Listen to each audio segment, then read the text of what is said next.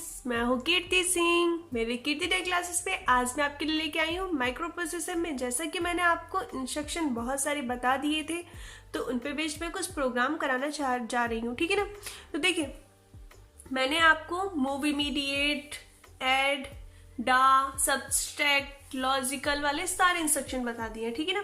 कुछ आपके बचे इंस्ट्रक्शन जिसमें आपको कॉल इंस्ट्रक्शन हुआ और रिटर्न हो गया, और आपके जो भी मशीन इंस्ट्रक्शन जो आते हैं वो आपके इंस्ट्रक्शन बचे हुए हैं। तो देखिए गाइस, मूव इमीडिएट ए कामा 45H। मूव इमीडिएट मतलब क्या होता है, जो भी आपको डेटा दे रखा है उसको इमीडिएट मूव कर दो, किसमें, जो भी रजिस्टर आपका दिया है उसमें। तो मतलब ए में आपके इमीडिएटली क्या सेव हो जाएगा, 45H। अब हम आएंगे सेकेंड इंस्ट्रक्शन पे अपने, तो इसमें लिखा है मूव इमीडिएट बी 45H। मतलब कि आपका क्या होगा कि आपको बी में भी इमीडिएटली क्या सेव कर देना है, 45H। अब आया है ऐड बी। ऐड बी का मतलब क्या होता है, जो रजिस्टर दे रखा होता है उसके कंटेंट को एक्यूमुलेटरी कंटेंट से ऐड करना। मतलब कि क्या करना, A प्लस बी करना, ठीक है ना। तो A में आपका क्या सेव है, 45H। B में भी आपके 45H सेव है। अगर हम इसको बाइनरी में लिख देंगे, जबकि ये किस में लिखा है, ये हेक्साडेसिमल में लिखा है, बाइनरी में लिखेंगे तो 4 को किससे लिखेंगे, 0 1 0 0, 5 को 0 1 0 1। सेम कंटेंट यहाँ भी है तो सेम हमने लिख दिया, ठीक है ना। अब हम इसको क्या कर देंगे, प्लस कर देंगे। तो 1 1 का 2 होता है, 2 को किससे लिखते हैं, 1 0 से, तो 0 गया, 1 कैरी गया, तो 1 0 1, और फिर 1 0 1 1 1 0 1 होता है, तो 0 नीचे, ऊपर एक कैरी, तो यहाँ पे भी क्या आ गया, 1, ठीक है। अब यहाँ पे 0 0 0 0 0 0 1 1 0 और 1 कैरी गया, तो यहाँ पे 1 आ गया। तो अब आपका क्या कंटेंट आ गया, ये आ गया। हम इसे कैसे लिखते हैं, ये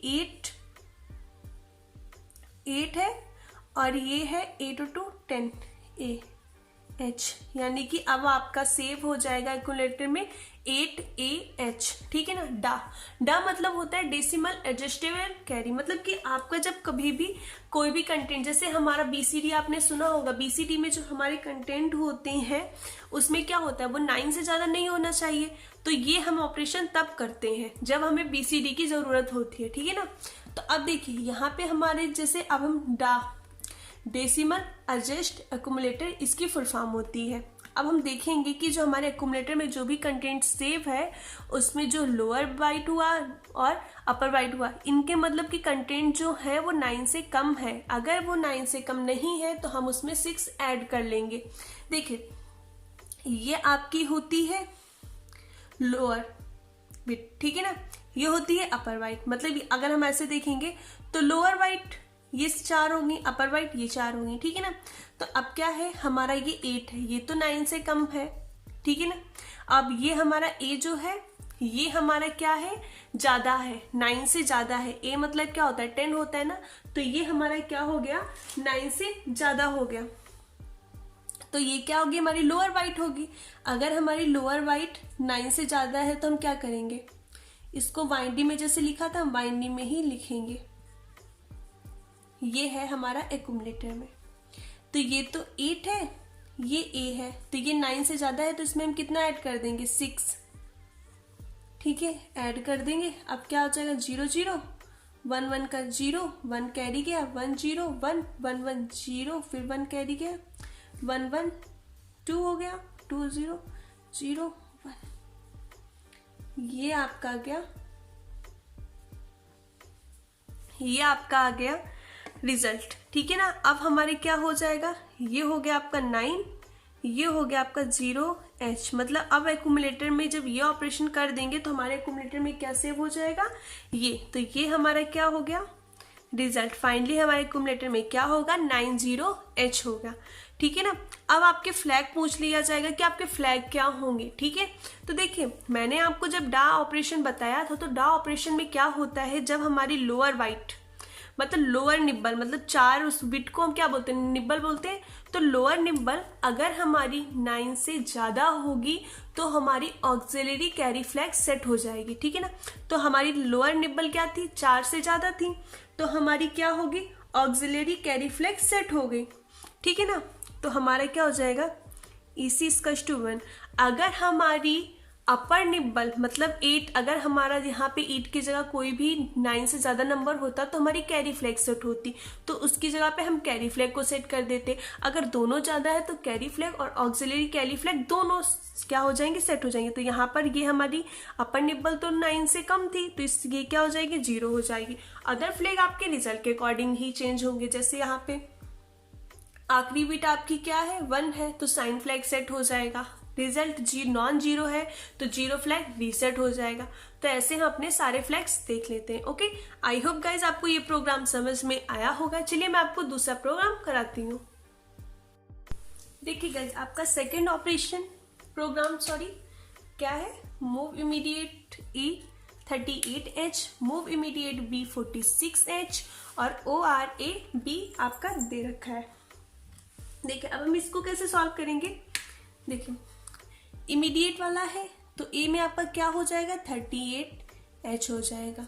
B में आपका क्या हो जाएगा, 46H हो जाएगा। अब आपको ORA ऑपरेशन करना है, ठीक है। तो अब आप इनके कंटेंट को किस में बाइनरी में लिख दीजिए। 3 को हम लिखेंगे तो कैसे लिखेंगे, 0 0 1 1, 8 को 1 3 बार 0, 4 को लिखेंगे 0 1 0 0 0 1। ये आपका हमने बाइनरी में नहीं लिख लिया है।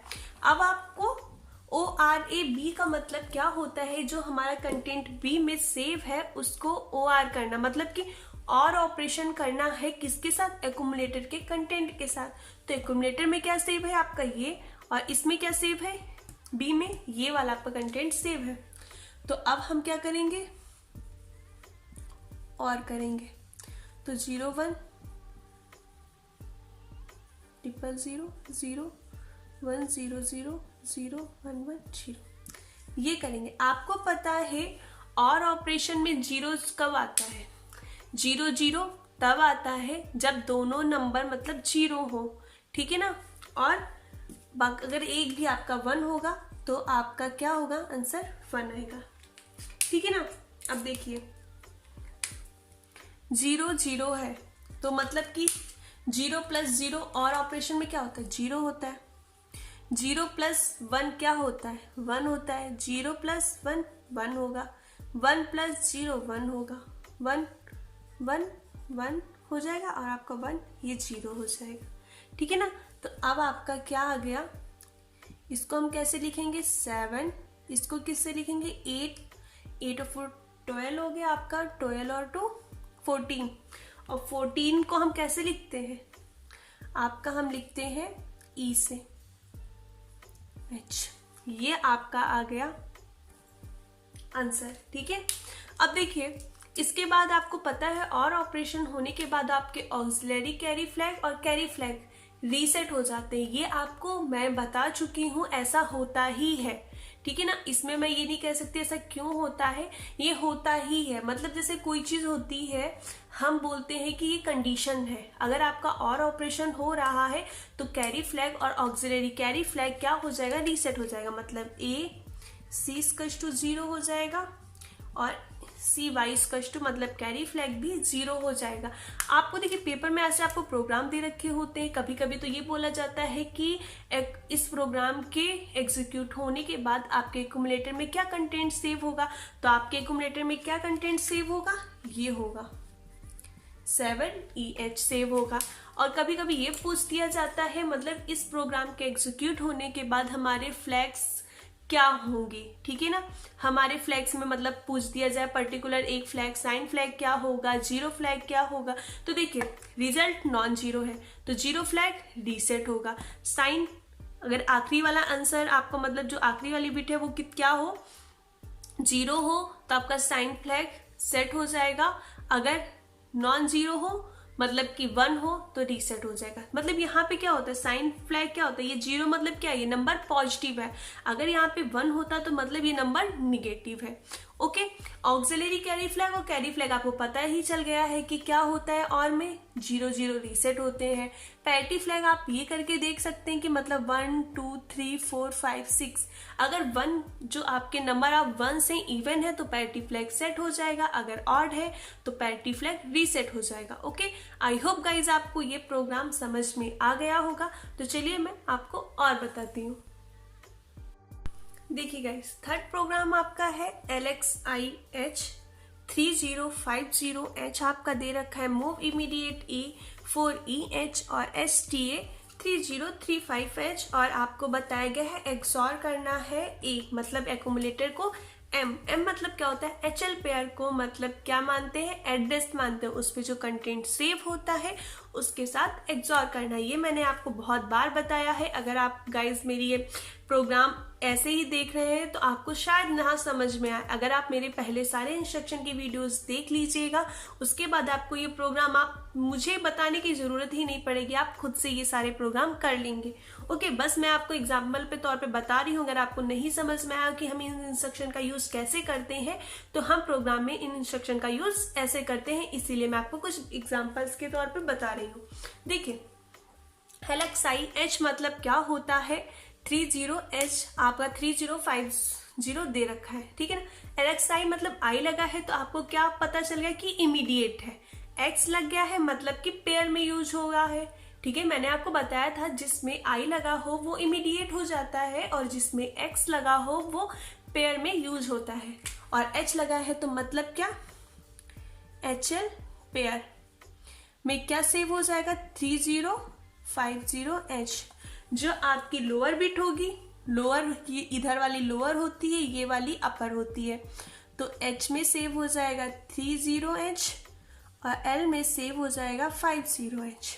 ओके, अब आपको मूव इमीडिएट A करना है, तो A में क्या हो जाएगा 4EH, इमीडिएट कर दिया। S ये मतलब होता है स्टोर टू, LX आपका होता है, L का मतलब होता है लोड करना, ठीक है ना, और STA का मतलब स्टोर करना है एक्यूमुलेटर से लेके।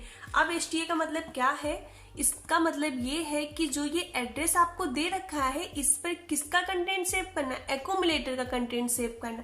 आपके एक्यूमुलेटर में क्या सेव है, 4E, तो 30H को हमने एड्रेस माना और इस पे क्या सेव कर दिया, 4E मतलब एक्यूमुलेटर के कंटेंट को सेव कर दिया, ठीक है ना। अब हमें एक्सॉर करना है किसको, M मतलब होता है HL पेयर, ठीक है ना। HL पेयर पे जो भी कंटेंट सेव है हम उसको क्या मानेंगे, एड्रेस। तो क्या सेव था, 3050H, इसको क्या माना मैंने, एड्रेस, मैंने एड्रेस मान लिया इसको। अब एड्रेस पे क्या सेव है, अभी देखो ऊपर लिखा है 4E।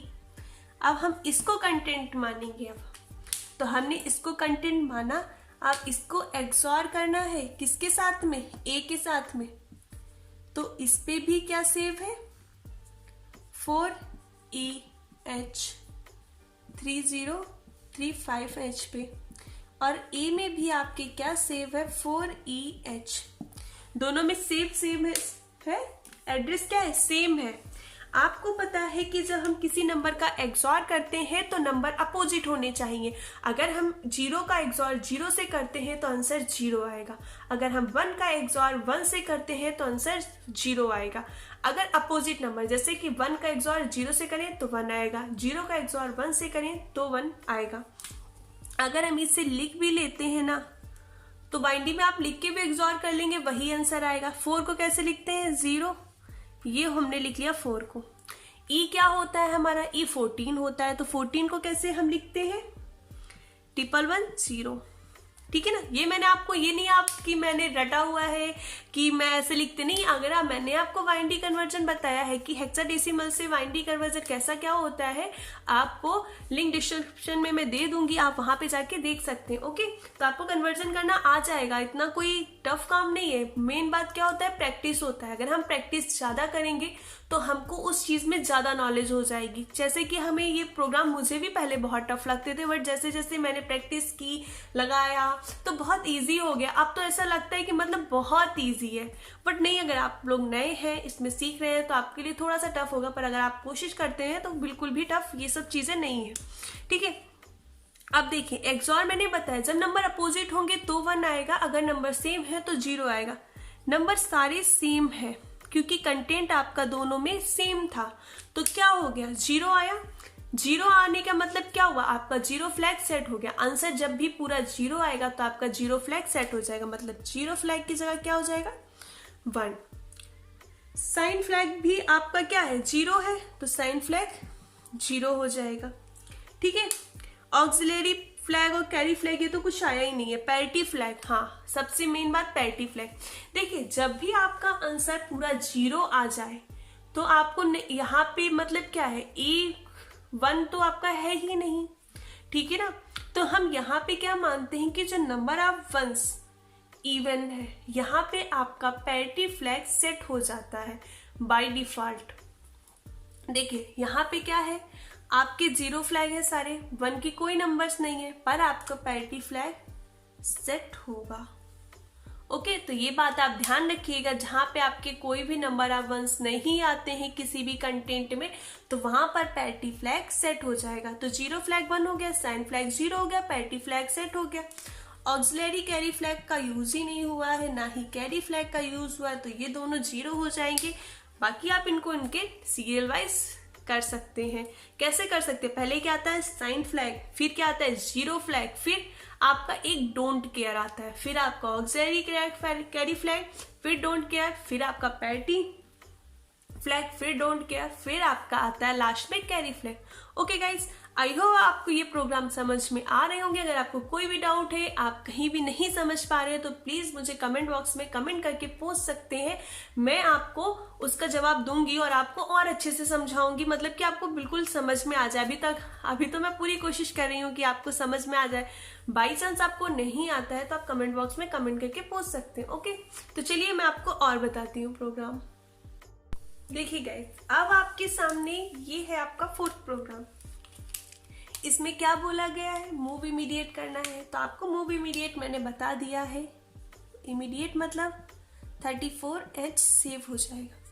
HTA मतलब क्या होता है, स्टोर करना, मतलब कि इस एड्रेस पे आपको स्टोर करना है जो एक्यूमुलेटर में, तो एक्यूमुलेटर में 34 दे रखा है, तो इस एड्रेस पे क्या आ जाएगा 34H। मूव इमीडिएट फिर से आपको करना, अब ई में क्या कंटेंट सेव हो जाए 24H, ठीक है ना। फिर HTA करना है, अब किस एड्रेस पे करना है 2051 पे, अब इस पे क्या सेव हो जाएगा 24H, मतलब एक्यूमुलेटेड कंटेंट को तो इस पे स्टोर करना है। अब आपका आया है LHLD और आपका एड्रेस, सॉरी यहाँ पे H लगा होगा, एड्रेस दे रखा है। ओके, इसका मतलब क्या है कि जो भी आपका एड्रेस दे रखा होता है, इस पर क्या होगा, पहले आप HL पेयर की लोअर बाइट को स्टोर करेंगे, जो भी उस पर स्टोर है उसको, और फिर जो एक स्टेप आगे बढ़ जाएंगे, मतलब कि यहाँ पे 20H ऐसे सोचिए, ये आपके एड्रेस होंगे, तो पहले होगा 2050, फिर होगा 2051H, ऐसे होगा। इस पर जो भी कंटेंट सेव है, इस पर क्या कंटेंट सेव है 34H सेव है ना, ये देख लीजिए 34H, इस पे क्या सेव है 24H, ये कंटेंट सेव है। HLD जब एग्जीक्यूट होगा तो इसका मतलब क्या होगा, जो भी इस एड्रेस पे कंटेंट जो भी सेव है उसको हम कहाँ पे ले जाएंगे L में, तो L में क्या हो जाएगा 34H। इसको हम एक बिट हाई, मतलब कि हमारा एक बिट इंक्रीमेंट हो जाएगा, और उस पे जो कंटेंट सेव है उसको हम किस में स्टोर कर देंगे 24H रजिस्टर में, उसको सेव कर देंगे। ठीक है, अब आपका हो जाएगा मूव B, इसका मतलब होता है कि जो भी आपके H में सेव है, जो भी कंटेंट, उसको कहाँ ले जाए B में, तो H में आपके क्या सेव है 24H, तो 24H किस में सेव हो जाएगा B में। अब मूव C, L, मतलब कि जो भी कंटेंट आपका एल में सेव है उसको हम कहाँ कर दे, सी में सेव कर दे। तो सी में आपका क्या आ जाएगा, 34H। ओके, तो ये आपका सी में आ जाएगा। आई होप गाइज आपको ये प्रोग्राम समझ में आ गए होंगे। अगर आपको कोई भी डाउट है, अगर आप कुछ भी पूछना चाहते हैं तो प्लीज कमेंट बॉक्स में मुझसे पूछ सकते हैं। ओके, अभी आपके कुछ इंस्ट्रक्शन बाकी रह गए हैं। कॉल इंस्ट्रक्शन हुआ, रिटर्न इंस्ट्रक्शन हुआ। अब वो जब मैं इंस्ट्रक्शन बता दूंगी तो उसके बाद मैं उस पर बेस्ड आपको प्रोग्राम करा दूंगी, तो जिससे आपका क्लियर हो जाएगा। आप जैसे कि आप बुक्स वगैरह लगाया करिए, अगर आपको कोई भी क्वेश्चन में डाउट है तो आप मुझे फोटोज की क्लिक करके कमेंट बॉक्स में पेस्ट कर दिया करिए। तो मैं आपको जो भी मुझसे बनेगा मैं आपको रिप्लाई देने की पूरी से पूरी कोशिश करूंगी, आपको रिप्लाई दूंगी, ठीक है ना। आपको सॉल्व करके वो मैं वीडियो बना के बता सकती हूँ। तो ओके, अगर आप बुक्स लगाइएगा, प्रैक्टिस सेट पेपर लगाइए, जितने प्रैक्टिस सेट पेपर लगाएंगे आपका उतना ही इंप्रूवमेंट होगा। ओके, तो गाइज अगर आपको मेरी वीडियोस अच्छी लगती हैं, आप मेरी वीडियोस और चाहते हैं तो प्लीज मेरे वीडियोस को शेयर कीजिए ज्यादा से ज्यादा लोगों को और चैनल को सब्सक्राइब कीजिए। Thank you.